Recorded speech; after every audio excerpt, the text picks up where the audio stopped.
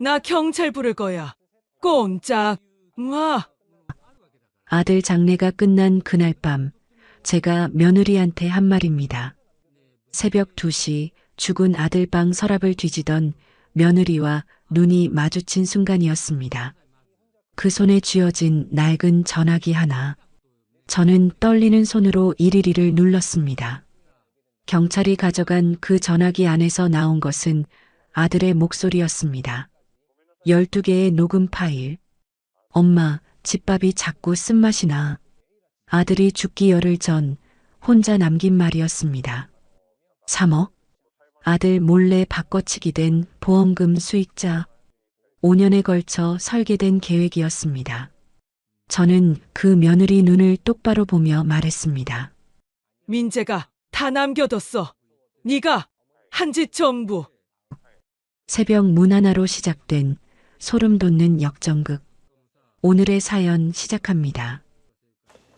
오늘은 63 어머니가 아들 장례가 끝날 그날 밤 새벽에 아들 방 문을 열었다가 그 자리에서 경찰을 부르고 아들이 혼자 남겨둔 12개의 녹음 파일로 5년짜리 계획을 무너뜨린 소름 돋는 실화를 가지고 왔습니다.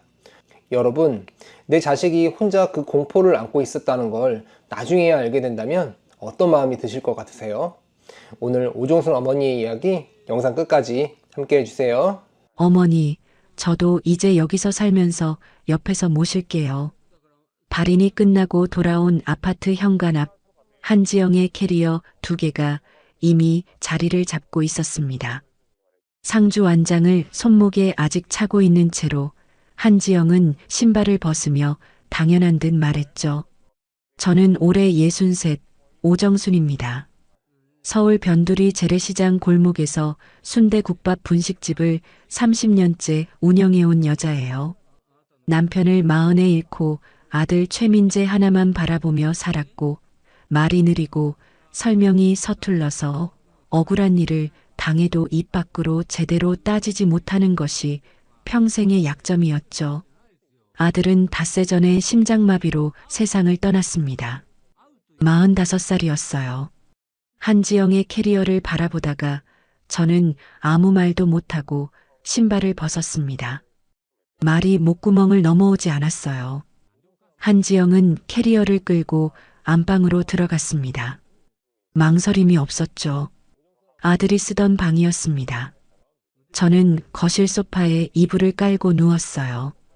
30년 동안 분식집 주방에서 하루도 쉬지 않고 서 있던 몸이었는데 그날 밤 거실 소파가 그렇게 낯설게 느껴질 줄은 몰랐습니다. 아들 방 문이 꼭 닫혀 있었고 복도를 지나칠 때마다 아들이 쓰던 헤어 제품 냄새가 문틈으로 희미하게 새어나왔죠. 코끝에 닿는 그 냄새 하나가 하루 내내 버텨온 것들을 한꺼번에 쓸어버릴 것 같았습니다. 눈을 감아도 잠이 오지 않았어요. 생각은 자꾸 빈소 쪽으로 흘렀습니다. 이틀째 되던 날이었습니다. 한지영이 최민재의 직장 상사에게 낮은 목소리로 말하는 것을 들었어요. 어머니가 워낙 연세가 있으셔서 제가 다 챙겨드려야 해요. 많이 힘드시잖아요. 조문객 앞에서 저는 아무것도 모르는 노인이 되어 있었습니다. 한지영의 그 말이 무례하다는 것을 알면서도 저는 그 자리에서 입을 열지 못했죠. 말이 느린 것이 평생 저를 이런 자리에 세워왔거든요. 결혼 5년 동안 한지영은 살뜰한 며느리였습니다. 명절이 되면 빠지지 않고 찾아왔고 분식집에 들를 때마다 앞치마를 두르고 설거지를 도왔어요. 저는 그것이 진심이라고 믿었죠. 아들이 처음 한지영을 데려왔을 때 저는 두 손으로 한지영의 손을 잡아주었습니다. 혼수를 보탤 때도 아파트 보증금에 3천만 원을 얹어줄 때도 저는 한마디 요구 없이 내줬어요. 잘 살아라.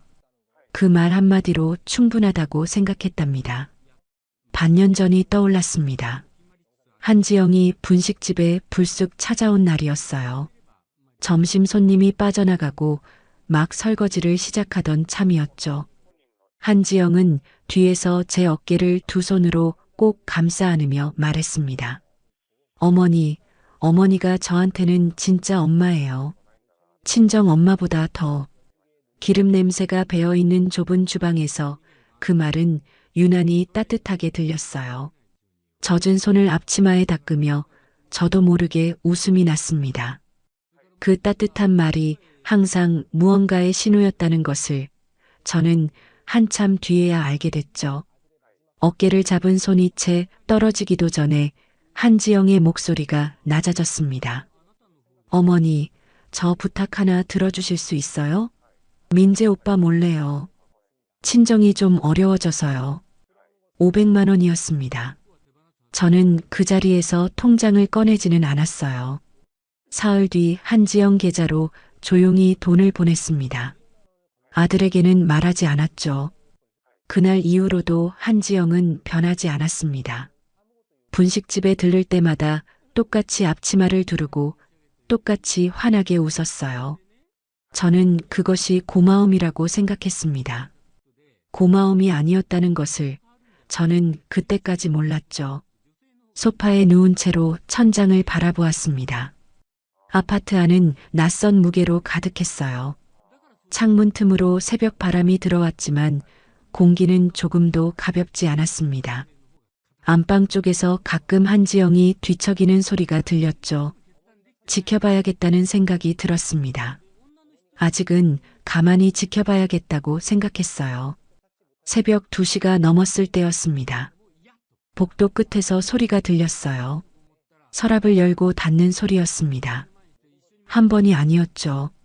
무언가를 찾는 것처럼 조심스럽게 반복됐습니다. 저는 소파에서 몸을 일으켰어요.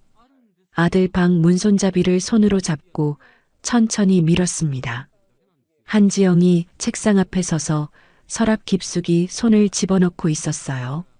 그 손에 낡은 피처폰이 쥐어지려는 순간이었습니다.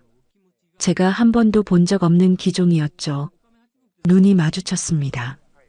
5년 동안 눈물 많던 그 얼굴이 그 순간 싹 굳어버렸어요. 왜 들어와요? 노크도 안 하고. 날이 서 있었습니다.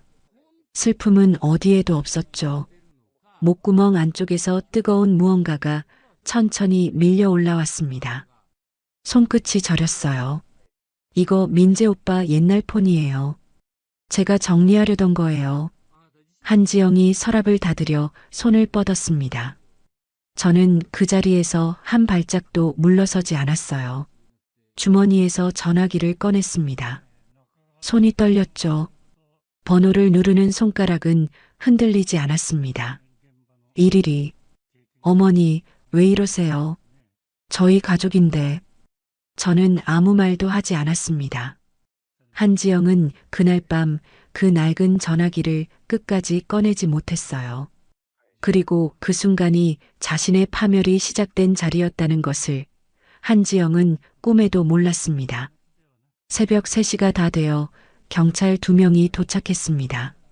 젊은 경찰은 거실을 한 바퀴 둘러보더니 공책을 꺼냈고 나이가 좀 있어 보이는 경찰은 2사람을 번갈아 쳐다봤어요. 한지영이 먼저 움직였습니다. 손으로 눈가를 누르며 목이 메는 척 말했죠. 죄송해요.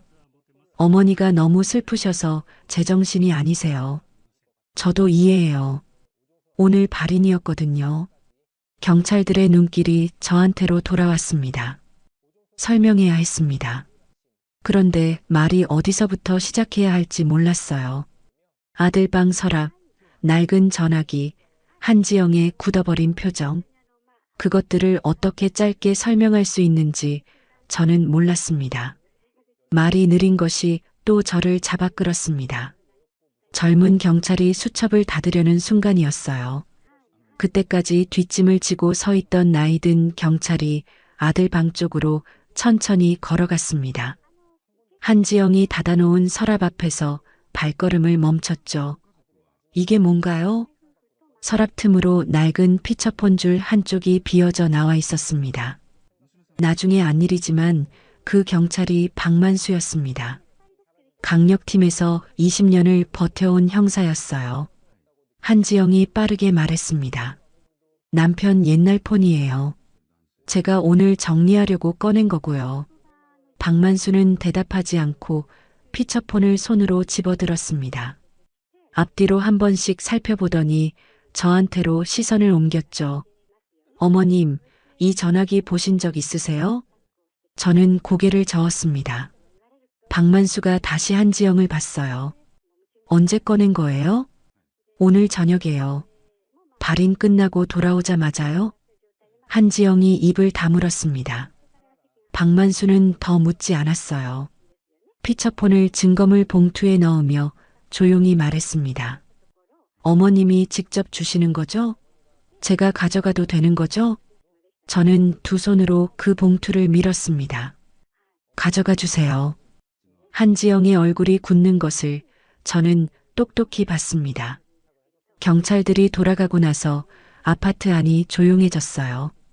한지영은 안방으로 들어가 문을 닫았습니다. 쾅 소리가 났습니다.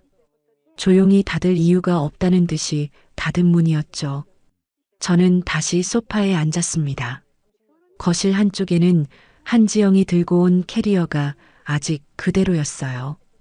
가방에서 흘러나오는 향수 냄새가 거실 공기에 섞여 있었습니다.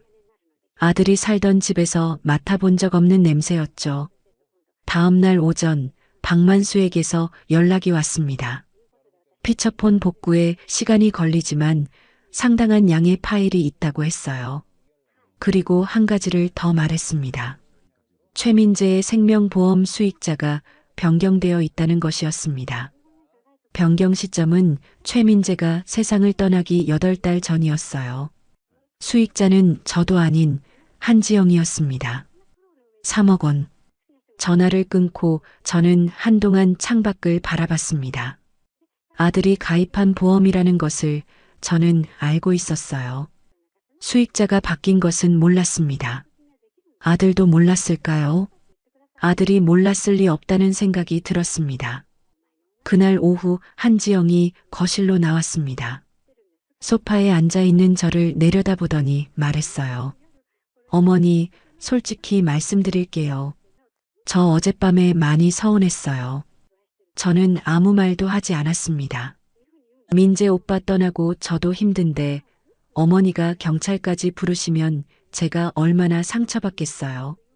우리 가족이잖아요. 가족이라는 단어가 입에서 나올 때 한지영의 눈에 눈물이 맺혔습니다. 5년 동안 수도 없이 봐온 그 눈물이었죠. 어머니, 제가 뭘 잘못했어요? 그냥 정리하려던 건데. 혹시 제가 며느리라서 믿지 못하시는 거예요? 저는 그 말을 들으며 2년 전 일을 떠올렸습니다. 한지영이 친정 오빠 빚 문제로 찾아왔던 날이었어요. 분식집 문을 닫을 시간이 한참 지났는데도 카운터 앞에 앉아서 하염없이 울었죠. 저는 그날 오빠 빚 700만 원을 그냥 줬습니다. 갚아도 된다고 했지만 갚으라는 말이 아니었어요. 700만 원을 눈 하나 깜짝 안 하고 가져가던 사람이 지금 며느리라서 믿지 못하느냐고 물어보고 있었습니다. 어머니, 제가 5년 동안 얼마나 잘했는데요. 명절마다 빠진 적 있어요? 분식집 도운 적 없어요? 저는 천천히 고개를 들었습니다. 민재 폰 왜 꺼냈어? 짧게 물었습니다. 한지영의 눈물이 잠깐 멈췄어요. 정리하려고요. 그게 잘못이에요? 새벽 2시에 한지영이 한 박자 쉬었다가 말했습니다. 잠이 안 와서요. 할 일 찾다 보니까 그렇게 됐어요. 어머니는 그게 이상해요? 남편 잃은 사람이 잠이 오겠어요? 남편을 잃은 사람, 자신의 이야기를 하는 것인지 저를 두고 하는 말인지 알 수 없었습니다. 마흔에 남편을 잃고 혼자 아들을 키워낸 제 이야기이기도 했으니까요. 저는 더 말하지 않았습니다. 한지영이 몸을 돌리며 한마디를 덧붙였어요. 어머니, 솔직히 너무하신 거 아니에요? 며느리한테 경찰을 불러요? 주변에서 들으면 뭐라고 하겠어요? 오히려 제가 창피해 죽겠어요. 창피. 500만 원, 700만 원을 가져갈 때는 창피하지 않더니 경찰을 부른 것은 창피하다고 했습니다. 안방 문이 다시 닫혔습니다. 이번에는 소리가 없었어요. 저는 거실 창가로 걸어가 바깥을 내려다봤습니다. 시장 골목이 보이지 않는 동네였습니다. 30년 동안 분식집에서 바라보던 골목과는 전혀 다른 창밖이었어요. 이 아파트가 낯선 것은 처음부터였습니다. 박만수가 오후 늦게 다시 연락을 해왔습니다. 한지영의 최근 통화 기록에서 특정 번호와 비정상적으로 잦은 통화 기록이 확인됐다고 했어요. 일주일에 5번 이상, 최근 6달 동안이었습니다. 그 번호는 대포폰으로 확인됐죠. 저는 조용히 전화를 끊었습니다. 그날 저녁 최민재의 남동생 뻘 되는 사촌이 문상을 왔습니다. 서울에 있는 친척 중 거의 유일하게 연락을 이어온 사람이었어요. 한지영은 소파에 나와 앉아 눈물을 훔치며 고맙다고 했습니다. 분식집 이야기, 시어머니 수발 이야기를 자연스럽게 꺼냈죠. 어머니가 많이 의지하셨는데 제가 더 잘 모셔야죠. 사촌은 저를 바라보며 고개를 끄덕였습니다. 어느새 한지영이 이 집의 주인처럼 앉아 있었고 저는 조문을 받는 사람이 아니라 구석에 앉은 노인이 되어 있었어요. 사촌이 돌아가고 나서 저는 아들 방 앞에 잠깐 섰습니다. 문에 손을 얹었습니다. 들어가지 않았어요. 아직은 때가 아니었습니다. 한지영은 3억짜리 보험금이 자신의 손에 들어오는 것을 의심하지 않고 있었습니다. 그리고 그 확신이 자신을 무너뜨릴 가장 큰 구멍이라는 것을 한지영은 아직 몰랐습니다. 사흘 후 박만수에게서 연락이 왔습니다. 피처폰 복구가 완료됐고 파일을 직접 들으러 오실 수 있겠냐고 했어요. 경찰서 조사실 문을 열었을 때 형광등 불빛이 차갑게 내려앉았습니다. 테이블 위에 이어폰이 놓여 있었어요. 박만수가 피처폰을 연결하며 말했습니다. 12개입니다. 처음부터 들으시겠어요? 저는 고개를 끄덕였습니다. 첫 번째 파일이 시작됐어요. 아들의 목소리였습니다. 녹음 날짜를 먼저 읽는 목소리였어요. 차분했지만 낮았습니다. 오늘 저녁에 지영이 통화하는 거 들었어. 보험 얘기하는 것 같았는데 상대방이 누구인지는 못 봤고 그게 전부였습니다. 45초. 첫 번째 파일이 끝났어요. 두 번째, 세 번째. 아들은 날짜를 먼저 말하고 그날 본 것을 짧게 기록했습니다. 떨림이 없는 목소리였어요.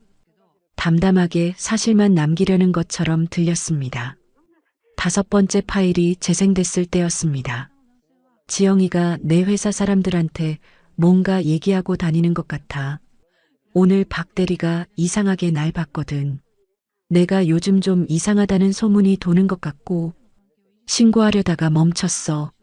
내가 이상한 소리 하는 사람으로 이미 찍혀 있으면 아무도 믿어주지 않을 것 같아서. 조사실 안이 조용했습니다.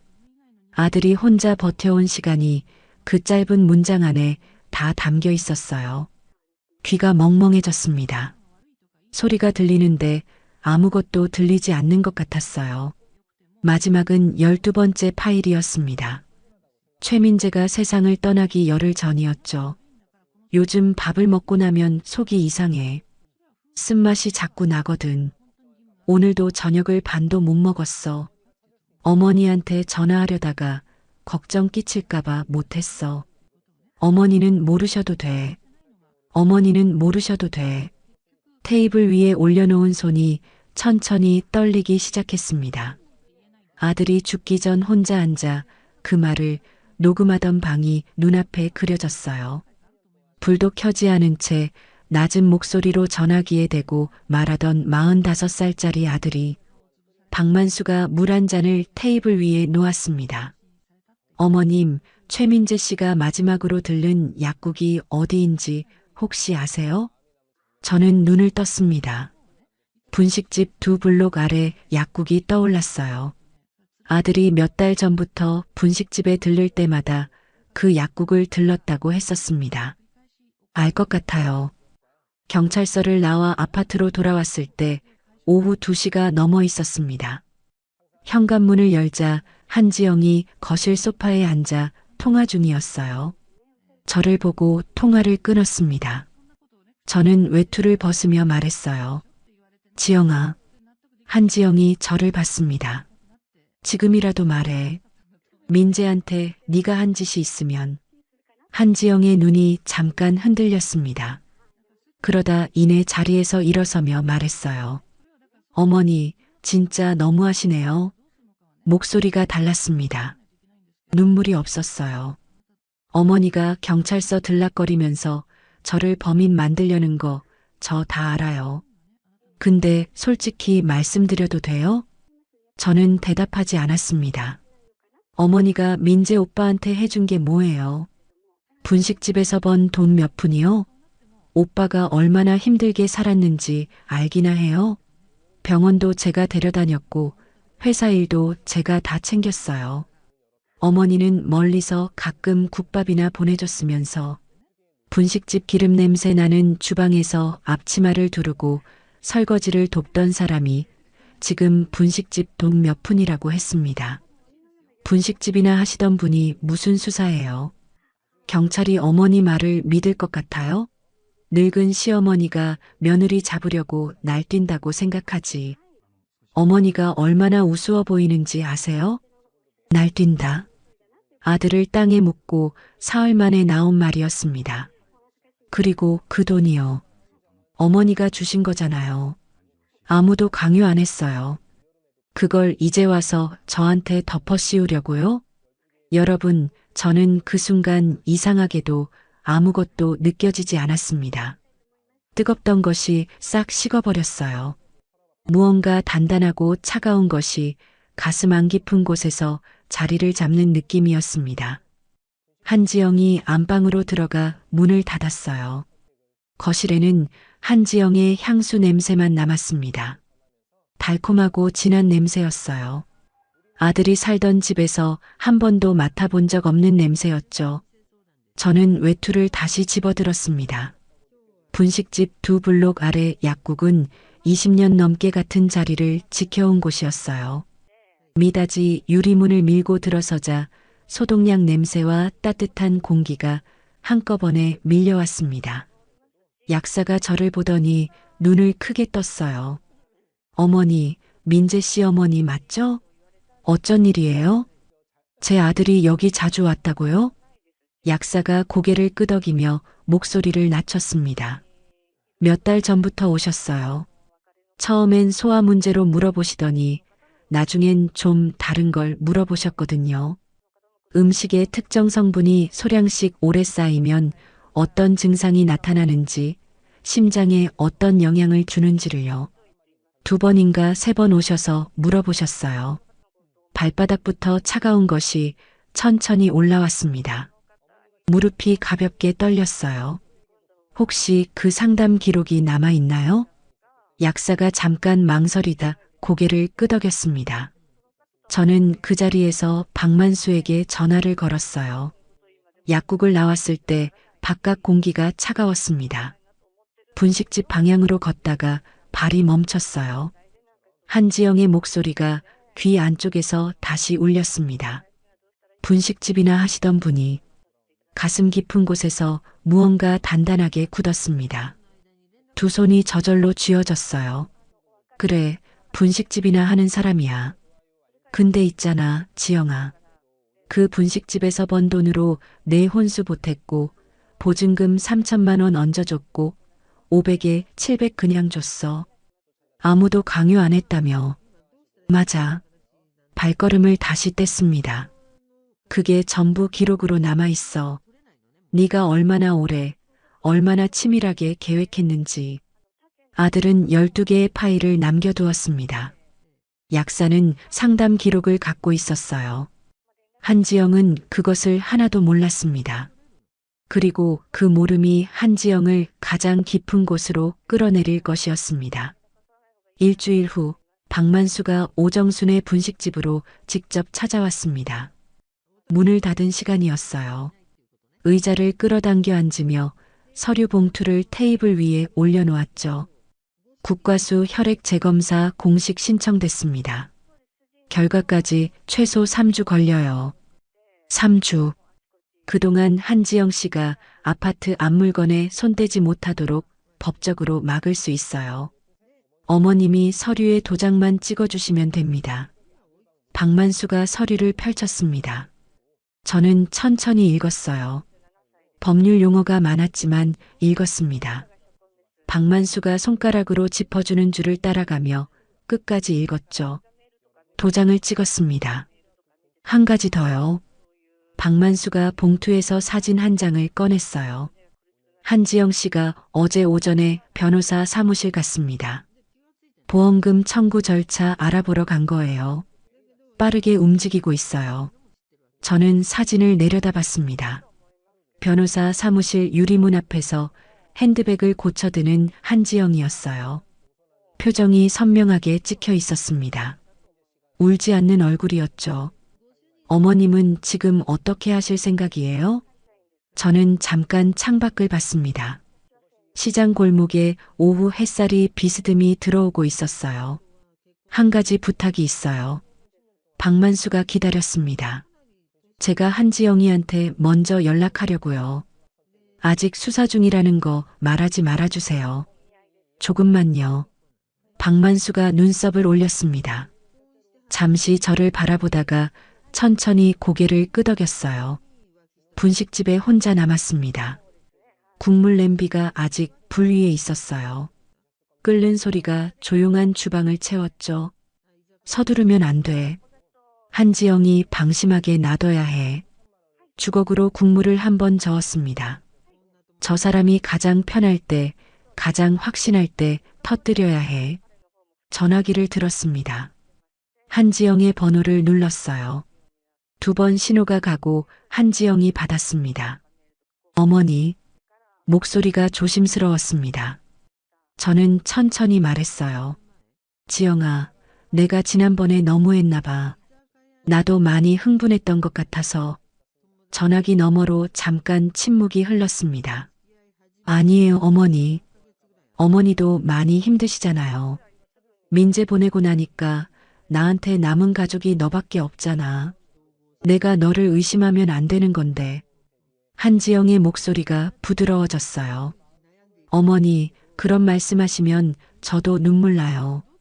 그 보험금 있잖아, 지영아. 네. 그거 원래 내 거 맞아. 민재가 살아있을 때 바꾼 거면 민재 뜻이 거기 있는 거지. 전화기 너머로 한지영이 숨을 들이쉬는 소리가 들렸습니다. 어머니, 내가 괜히 긁어부스럼 만든 것 같아. 미안해. 어머니, 저야말로요. 우리 이제 잘 지내요, 응? 그래. 그리고 지영아, 아파트도 네가 써. 나는 분식집 있으니까 거기서 지내면 되니까. 이번에는 침묵이 조금 길었습니다. 어머니, 정말이요? 그래. 나는 거기 있어봤자 뭐 하겠어. 민재도 없는데. 한지영의 목소리에 온기가 돌았어요. 어머니, 감사해요. 진짜로요. 제가 더 잘할게요. 전화를 끊었습니다. 주걱을 내려놓고 국물 불을 줄였어요. 분식집 환풍기 소리가 낮게 깔렸습니다. 기름과 육수가 섞인 냄새가 주방을 가득 채웠죠. 아파트를 써. 맞아. 써도 돼. 혼자 쓴웃음이 났습니다. 거기 있는 동안 아무것도 못 꺼내가. 법원 동결 걸려 있으니까. 이틀 뒤 최민재 직장 동료에게서 연락이 왔습니다. 뉴스에서 수사 소식을 봤다고 했어요. 만나고 싶다고 했습니다. 분식집에서 만났습니다. 30대 후반으로 보이는 남자였어요. 오재현이라고 했습니다. 최민재와 10년 넘게 같은 팀에 있었다고 했죠. 오재현은 자리에 앉자마자 말했습니다. 어머님, 저 민재 씨한테 들은 말이 있어요. 작년 여름이었는데요. 저는 물잔을 내려놓았습니다. 민재 씨가 퇴근하고 같이 커피 마시다가 그러더라고요. 자기한테 갑자기 무슨 일이 생기면 어머니가 혼자 남는데 잘 부탁한다고요. 오재현의 눈이 흔들렸습니다. 저는 그게 농담인 줄 알았어요. 민재 씨가 워낙 어머니 걱정을 많이 했으니까. 근데 이제 생각해 보니까 오재현이 말을 멈췄다가 다시 이었어요. 그때 민재 씨 많이 야위어 있었어요. 점심도 잘 안 드시고 혼자 약국 들르는 날이 많았고요. 뭔가 이상하다고 생각은 했는데 제가 못 챙긴 거잖아요. 저는 괜찮다고 했습니다. 오재현이 고개를 저었어요. 제가 아는 거 다 진술할게요. 민재 씨가 그 여름에 저한테 한 말도요. 어머님, 이 싸움에서 꼭 이기셔야 해요. 오재현이 돌아간 뒤 저는 한동안 테이블 위를 바라봤습니다. 오재현이 마시다 남긴 커피잔이 식어가고 있었어요. 아들이 그 여름에 혼자 무슨 생각을 했을지를 생각했습니다.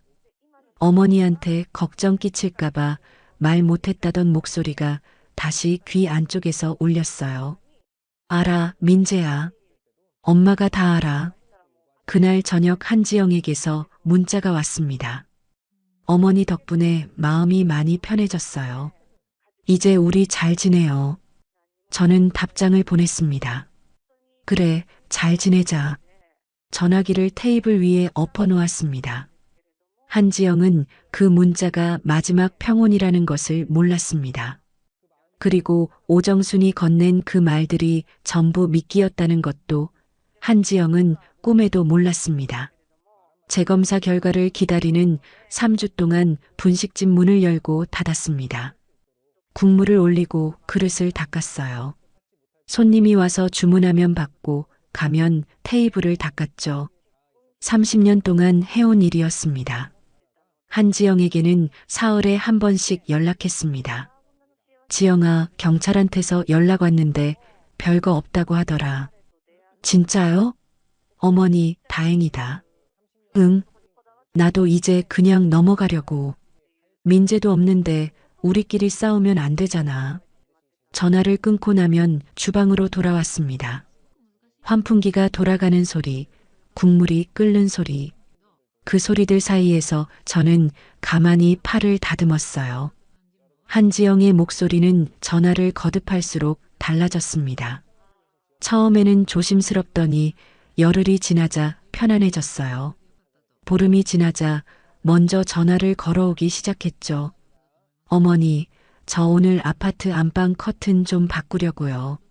민재 오빠 거 좀 낡았잖아요. 그래, 내 마음대로 해. 어머니 진짜 다시 보여요. 이해심이 얼마나 깊으신지. 이해심. 그 단어가 나올 때 한지영의 목소리는 한없이 가벼웠어요. 저는 잠깐 말을 고르다가 천천히 답했습니다. 내가 베푼 게 있으면 돌아오는 법이니까. 그것만 믿고 살아. 맞아요. 어머니 말씀이 다 맞아요. 전화를 끊었습니다. 맞아. 베푼 게 있으면 돌아오는 법이지. 지영아, 그게 꼭 내 방식대로만 돌아오는 건 아니야. 한지영은 그 말을 위로로 들었을 겁니다. 저는 그 말이 다른 뜻이라는 것을 알고 있었어요. 20하루째 되던 날 오전이었습니다. 분식집 주방에서 팔을 다듬고 있는데 박만수에게서 전화가 왔어요. 어머님, 나오실 수 있어요? 목소리가 평소와 달랐습니다. 낮고 단단했어요. 결과 나왔습니다. 국과수에서 최민재의 혈액 재검사 결과가 공식 통보됐습니다. 장기간 소량씩 투여된 것으로 추정되는 독성 성분이 검출됐어요. 30년 동안 분식집을 지켜온 손이 파묶음 위에 멈췄습니다. 손끝이 저렸어요. 수사는 그날 오후 타살 의혹 사건으로 정식 전환됐습니다. 아들이 혼자 그 방에서 쓴맛을 느끼면서도 어머니한테 걱정 끼칠까봐 말 못했던 그 시간이 이제 공식 결과가 됐습니다. 녹음 파일을 혼자 쌌던 아들은 이미 알고 있었어요. 아무것도 몰랐던 사람은 저였습니다. 한지영 씨 오늘 오후에 피의자 신분으로 소환합니다. 갈게요. 경찰서로 가는 길에 아파트 앞을 지났습니다. 한지영에게서 전화가 왔어요. 소환 통보를 받은 직후였습니다. 어머니, 저 경찰서 가야 한대요. 피의자 신분으로요. 어머니가 신고하셔서 이렇게 된 거잖아요. 어머니가 어떻게 이러세요? 목소리가 높았습니다. 열흘 전 전화해서 이해심이 깊다고 했던 목소리와는 달랐어요. 지영아, 나는 아무것도 한 게 없어. 경찰이 알아서 하는 거지. 어머니가 신고하셨잖아요. 민재 방 서랍을 새벽에 뒤지는 며느리를 보면 어떤 어머니라도 그랬을 거야. 전화기 너머로 한지영이 숨을 고르는 소리가 들렸습니다. 어머니, 저 억울해요. 어머니가 제 편이라고 하셨잖아요. 나는 지금도 내 편이야. 억울하면 가서 다 말하면 되지. 잠깐 침묵이 흘렀어요. 알겠어요. 한지영이 전화를 끊었습니다. 억울하면 가서 다 말하면 된다는 말이 위로처럼 들렸겠죠. 가서 말할수록 더 깊이 파고들게 된다는 것은 한지영이 몰랐습니다. 아파트 입구에 도착했을 때 한지영이 막 나오고 있었습니다. 변호사로 보이는 남자와 함께였어요. 선글라스를 쓰고 있었고 핸드백을 단단히 쥐었죠. 걸음이 빠르다가 저를 보는 순간 멈췄습니다. 경비실 유리창 너머로 경비원이 이쪽을 봤습니다. 화단 옆에서 옆동 아주머니 2명이 걸음을 멈췄어요. 한지영이 5년 동안 명절마다 인사를 드리러 다니던 분들이었습니다. 선글라스 너머로도 한지영의 눈이 흔들리는 것이 보였어요. 변호사가 팔꿈치를 건드렸습니다. 저는 한 발짝 앞으로 나갔습니다. 지영아. 한지영이 걸음을 멈추고 돌아봤어요. 민재가 혼자 얼마나 무서웠겠냐. 네가 한 짓이 다 나왔어. 12글자였습니다. 한지영의 입술이 움직였습니다. 뭔가 말하려는 것 같았어요. 나오지 않았습니다. 변호사가 팔을 잡아당겼고 두 사람은 차에 올랐어요. 경비원이 그 장면을 보고 있었습니다. 화단 옆 아주머니 2명도 보고 있었어요. 5년 동안 이 아파트에서 살뜰한 며느리로 불리던 한지영이 변호사를 대동하고 경찰차를 기다리며 서 있었습니다. 재검사 결과를 받기 전 한지영은 이해심 깊은 시어머니가 생겼다고 했습니다. 재검사 결과가 나온 날 한지영은 피의자가 되어 아파트를 나왔어요. 경찰서 조사실에서 한지영은 변호사 뒤에 앉아 입을 닫았습니다. 최민재에게 심장질환 가족력이 있었다는 주장을 반복했어요. 박만수가 12개의 녹음 파일 목록을 테이블 위에 올려놓았습니다. 한지영의 손이 핸드백 위에서 멈추는 것이 보였어요. 변호사가 귀에 뭔가를 속삭이자 한지영은 고개를 끄덕이며 더 이상 말하지 않았습니다. 저는 복도 의자에 앉아 30년 된 지갑을 꺼냈어요. 아들 사진을 봤습니다. 분식집 앞 골목에서 찍은 사진이었어요. 최민재가 22살 때였습니다. 환하게 웃고 있었죠. 오재현이 진술서에 최민재가 야위기 시작한 날을 적을 때 한지영은 아파트 안방 커튼을 고르고 있었습니다. 오재현이 약국 방문 날짜를 기억해내는 동안 한지영은 이해심 깊은 어머니가 생겼다고 했어요. 박만수가 조사를 마치고 복도로 나오며 조용히 말했습니다. 구속영장 신청합니다. 그리고 한 가지 더요. 잠깐 멈췄다가 이었어요. 대포폰 사용자 임도준, 소재 파악됐습니다. 저는 고개를 끄덕였습니다. 한지영은 구속영장 신청 대상이 됐다는 것을 알았습니다. 자신의 뒤에서 또 다른 것이 좁혀오고 있다는 것은 한지영은 그날까지도 몰랐습니다. 그리고 그 모름이 한지영을 지금보다 훨씬 더 깊은 곳으로 끌고 내려갈 것이었습니다. 한지영의 구속영장이 발부된 다음 날이었습니다. 분식집 문을 열기 전 우편함을 확인했어요. 흰 봉투 하나가 들어 있었습니다. 발신인은 법무법인이었죠. 내용 증명이었습니다. 최민재의 유언장이 없는 상태에서 아파트는 법적 배우자인 한지영에게 상속된다는 내용이었어요. 오정수는 상속권이 없으므로 30일 이내에 퇴거하라는 요구였습니다. 봉투를 테이블 위에 내려놓았습니다. 구속된 상태에서도 변호사를 통해 아파트를 요구하고 있었어요. 30해 동안 분식집 대출을 갚아가며 아들 아파트 보증금 3천만 원을 보탠 사람이 그 집에서 30일 안에 나가라는 통보를 받았습니다. 한지영은 구속영장이 발부된 날 오후에도 변호사를 통해 보험금 청구 서류를 진행하고 있었습니다. 아파트 상속 주장은 그 다음날 새벽에 움직였어요. 수사가 시작됐는데도 영장이 발부됐는데도 한지영의 속도는 빨라지고 있었죠. 저 사람은 아직도 이길 수 있다고 생각하는 거야. 내용 증명을 접어 봉투에 다시 넣었습니다. 박만수에게 사진을 찍어 보냈어요. 가스불을 켜고 국물을 올렸습니다. 손이 조금 떨렸어요. 그걸 느끼면서도 계속 저었습니다. 오전 10시가 넘었을 때 한지영에게 전화를 걸었어요. 2번 신호가 갔습니다. 받지 않았죠. 3번째에 연결됐습니다. 어머니, 목소리가 달랐습니다. 보름 전보다 높고 단단했어요. 지영아, 내용 증명 받았어. 네. 변호사 선생님이 보내셨을 거예요. 나보고 나가라고. 어머니, 법적으로 제가 상속자예요. 어머니도 아시잖아요. 저는 천천히 말했습니다. 그래. 법대로 해야지. 근데 지영아, 나는 민재가 살아있을 때 그 집에 뭘 보탰는지 다 기억해. 그게 어떻게 돌아오나 두고 보자. 잠깐 침묵이 흘렀어요. 어머니가 보태신 거요? 그건 어머니가 자발적으로 하신 거잖아요. 자발적으로 500만 원을 가져갈 때도 700만 원을 챙겨갈 때도 그 말을 썼던 사람이었습니다. 아무도 강요하지 않았다는 말이었어요. 맞아, 자발적으로 했지. 그게 다 기록에 남아있고. 기록이요?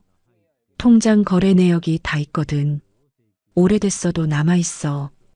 은행은 지우지 않더라고. 전화기 너머로 한지영이 한 박자 쉬었습니다. 어머니, 그게 지금 저한테 무슨 상관이에요? 상관없겠지. 그냥 해본 말이야. 건강 잘 챙겨. 전화를 끊었습니다. 흔들렸어. 잠깐이지만 흔들렸어. 국물을 다시 저었습니다.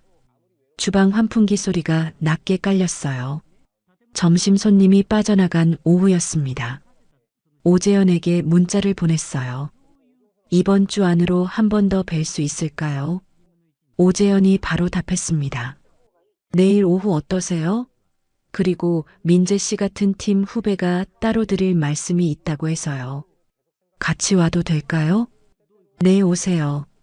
전화기를 내려놓는데 가슴이 조여왔습니다. 뻐근한 느낌이 왼쪽 어깨까지 번졌어요. 앉으려고 의자를 끌어당기는 순간 다리에 힘이 빠졌습니다.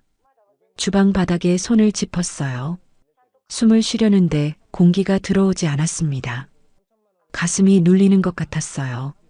환풍기 소리가 멀어졌습니다. 단골 손님이 주방 쪽을 들여다보다가 소리를 질렀죠. 구급차가 왔습니다. 병원 침대에 누웠을 때 천장이 흰색이었어요. 과호흡이라고 했습니다. 당분간 안정을 취하라고 했죠. 박만수에게서 전화가 왔어요. 어머님 괜찮으세요? 네. 오늘 임도준 사무실 압수수색 들어갔어요. 저는 눈을 떴습니다. 한지영 씨와 임도준이 공동 서명한 약정서 원본이 나왔습니다. 천장을 바라봤습니다. 최민재 씨 사망 후 아파트를 공동으로 처분하고 수익을 나누기로 한 문서예요. 최민재 씨 사망 6달 전에 작성된 겁니다. 6달 전. 아들이 첫 번째 녹음 파일을 남기기 시작한 때와 겹쳤어요. 임도준은요? 사무실 빠져나가려다 현장에서 잡혔어요. 임도준 폰에서 메시지 수백 개 복구됐고요. 한지영 씨가 최민재 씨 일상을 실시간으로 보고한 내용이 담겨 있습니다. 병원 침대에서 두 손이 저절로 쥐어졌어요. 손등이 하얗게 질릴 정도였습니다. 아들 혼자 맞서던 상대가 한 명이 아니었습니다. 어머님, 이 약정서가 오히려 한지영 씨 아파트 상속 주장을 법적으로 무너뜨릴 수 있어요. 내일 오전에 뵙고 설명드릴게요. 전화를 끊었습니다. 병실 창문으로 가로등이 켜지기 시작했어요. 저녁이 오고 있었습니다. 한지영이 아파트 안방 커튼을 새로 달던 날을 떠올렸습니다. 이해심이 깊다고 했던 목소리도요. 그리고 분식집이나 하시던 분이라고 했던 말도 떠올렸어요. 500만 원, 700만 원, 보증금 3천만 원. 그 돈들이 전부 기록으로 남아 있었습니다. 지영아, 네가 그 돈 가져갈 때마다 나는 아무 말 안 했지. 자발적으로 줬으니까. 근데 있잖아. 눈을 감았습니다. 자발적으로 줬다는 기록이랑 범죄를 위해 계획적으로 받았다는 기록은 달라. 그 차이를 내일 법정에서 확인하게 될 거야. 한지영은 그날 밤 가장 높은 곳에 있었습니다. 아파트 상속을 주장하고 보험금 청구를 진행하고 변호사를 앞세우고 있었죠. 그리고 그 높이가 내일 떨어질 낙차가 된다는 것을 한지영은 아직 몰랐습니다. 오정순이 태어난 날 오전이었습니다. 박만수가 분식집으로 찾아왔어요. 테이블에 마주 앉자마자 서류 봉투를 펼쳤습니다. 임도준이 어젯밤에 전부 털어놨어요. 박만수가 서류를 한 장씩 짚어가며 설명했습니다. 임도준의 진술 내용이었어요. 한지영은 결혼 첫 해부터 최민재의 생명보험을 활용하는 계획을 임도준과 논의해 왔습니다. 보험 수익자를 바꾼 것은 결혼 2년 차였어요. 독성 성분을 음식에 넣기 시작한 것은 최민재 사망 5달 전부터였습니다. 임도준의 휴대전화에서 복구된 메시지에는 한지영이 최민재의 식사량과 증상 변화를 날짜별로 보고한 내용이 담겨 있었어요. 저는 서류를 읽으며 아무 말도 하지 않았습니다. 아들이 밥을 먹고 나서 속이 이상하다고 혼자 녹음하던 그 시간에 한지영은 임도준에게 메시지를 보내고 있었어요. 아들이 약국에서 조심스럽게 성분을 물어보던 그 시간에 한지영은 진행 상황을 보고하고 있었습니다. 임도준이 한지영 씨보다 먼저 입을 열었어요. 자기가 주도한 것처럼 진술하려 했는데 메시지 기록이 다 있으니까 안 됩니다. 박만수가 봉투에서 사진을 한 장 더 꺼냈어요. 아파트 처분 약정서였습니다. 한지영과 임도준이 공동 서명한 문서였어요. 최민재 사망 후 아파트를 처분하면 7대3으로 수익을 나눈다는 내용이 적혀 있었습니다. 서명 날짜는 최민재가 첫 번째 녹음 파일을 남기기 사흘 전이었어요. 아들은 이미 알고 있었습니다. 서명이 끝난 사흘 뒤부터 혼자 기록을 시작했던 거였어요. 어머님, 이 약정서로 인해 한지영 씨의 배우자 상속 자격 자체를 법적으로 다툴 수 있습니다. 오늘 오후에 법원에 신청서 넣을게요. 저는 고개를 끄덕였습니다. 박만수가 돌아간 뒤 분식집에 혼자 남았어요. 가스불을 켜지 않았습니다. 테이블 위에 서류를 그대로 펼쳐두고 창밖을 바라봤어요. 시장 골목에 오전 햇살이 들어오고 있었습니다. 30년 동안 이 골목에서 국물을 끓였어요. 아들이 학교 다닐 때 이 골목을 걸어서 분식집으로 왔습니다. 숙제를 카운터에 펼쳐놓고 하던 아이였어요. 그 아이가 45에 혼자 방에서 녹음 파일을 쌓았습니다. 다 알고 있었구나, 민재야. 이틀 뒤였습니다. 박만수에게서 연락이 왔어요. 어머님, 오늘 오후 2시에 법원에서 아파트 동결 결정 나옵니다. 그리고 한지영 씨 측 변호사가 오늘 오전에 입장을 바꿨어요. 임도준 진술이 나온 뒤로 더 이상 무죄 주장 못하고 있습니다. 한지영은요? 오늘 오후 추가 조사 있어요. 어머님도 오실 수 있어요? 갈게요. 경찰서 조사실 앞 복도에 먼저 도착했습니다. 오재현이 와 있었어요. 옆에 30대 초반으로 보이는 남자가 함께 있었습니다. 최민재와 같은 팀 후배라고 했어요. 이름은 정우석이라고 했습니다. 어머님, 제가 드릴 말씀이 있어요. 정우석이 고개를 숙였습니다. 민재 선배가 작년 가을에 저한테 따로 부탁을 했어요. 자기 서랍 안에 오래된 케이스가 있는데 만약 자기한테 무슨 일이 생기면 어머니한테 꼭 전해달라고요. 어머니가 직접 찾으실 거라고도 했어요. 저는 정우석을 바라봤습니다. 그때는 무슨 뜻인지 몰랐어요. 민재 선배가 세상을 떠나고 나서도 한동안 뭘 어떻게 해야 할지 몰라서 죄송해요, 어머님. 정우석이 눈을 붉혔어요. 아들이 저한테 닿는 길을 여러 방향으로 만들어 두었다는 것을 그때 알았습니다. 혹시 제가 직접 찾지 못할 경우를 대비해 후배에게도 부탁을 해두었던 거였어요. 45살짜리 아들이 혼자 그 준비를 했습니다.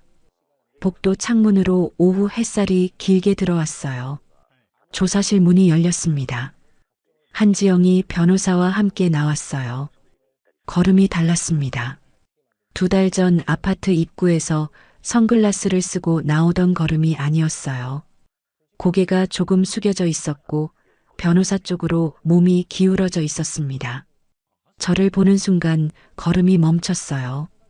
한지영의 눈이 오재영과 정우석을 훑쳤습니다. 정우석을 알아보는 것 같았어요. 입술이 움직이려다 멈췄습니다. 여러분, 저는 그 순간 이상하게 아무것도 서두르고 싶지 않았습니다. 천천히 한 발짝 앞으로 나갔어요. 지영아. 한지영이 저를 봤습니다. 변호사가 팔을 잡으려 했어요. 한지영이 변호사 손을 뿌리쳤습니다. 어머니. 목소리가 갈라져 있었습니다. 제가 잘못했어요. 복도가 조용해졌어요.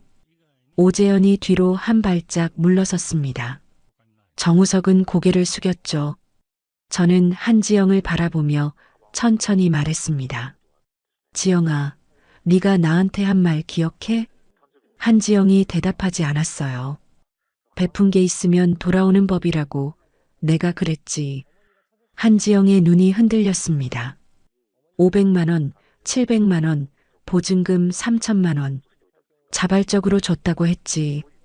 맞아. 저는 목소리를 낮췄습니다. 근데 지영아, 자발적으로 줬다는 기록이랑 계획적으로 받았다는 기록은 달라.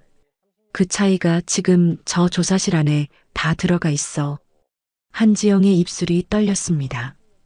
어머니, 저 한 번만요. 민재 녹음 들었어? 한지영이 굳었습니다. 12개야. 날짜별로 다 남겨뒀어.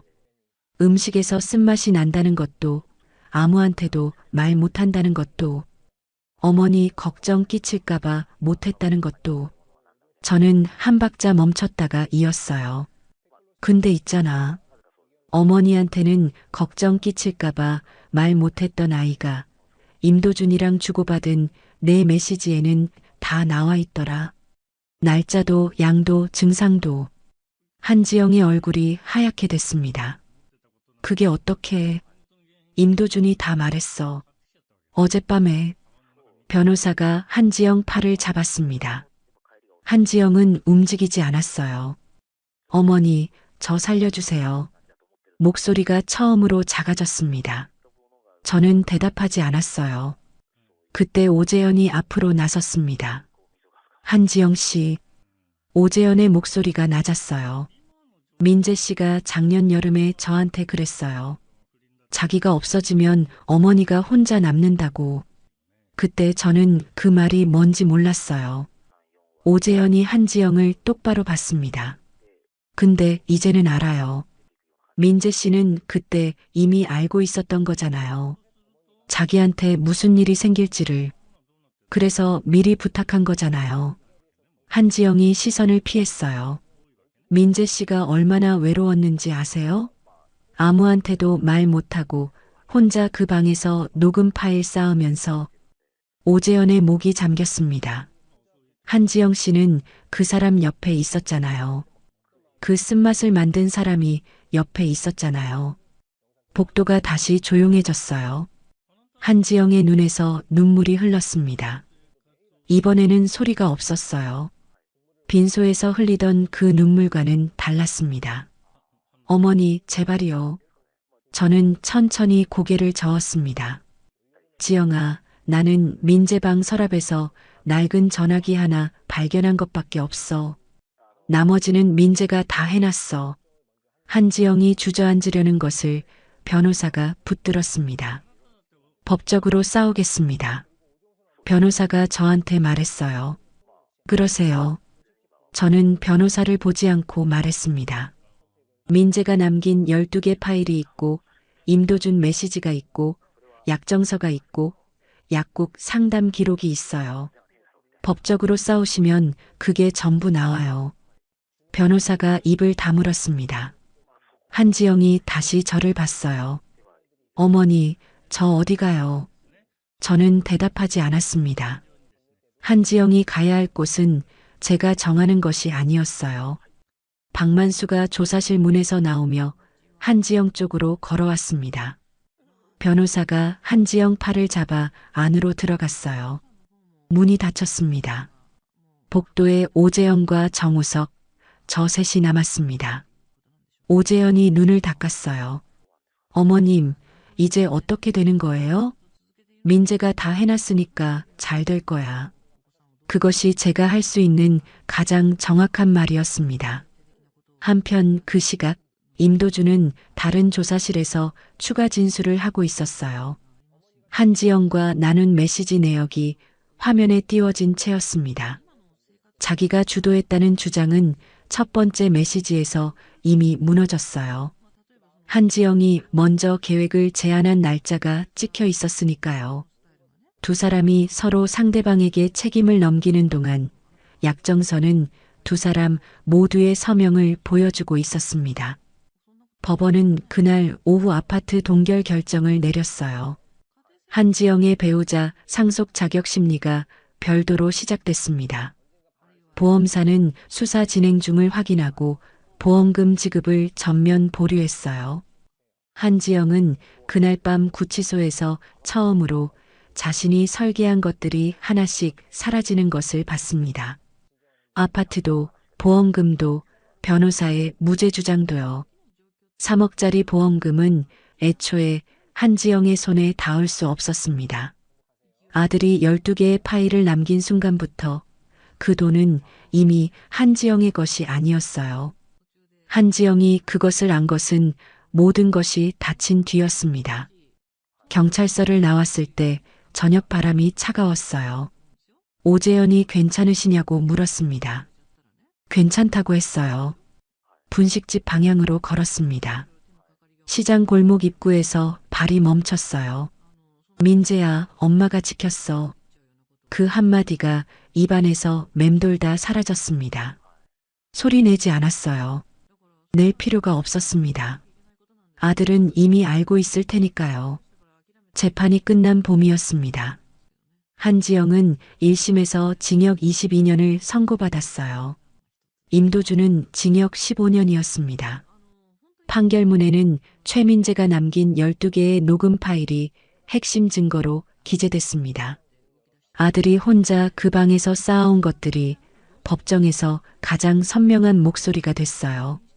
저는 재판 기간 동안 법정에 한 번도 가지 않았습니다.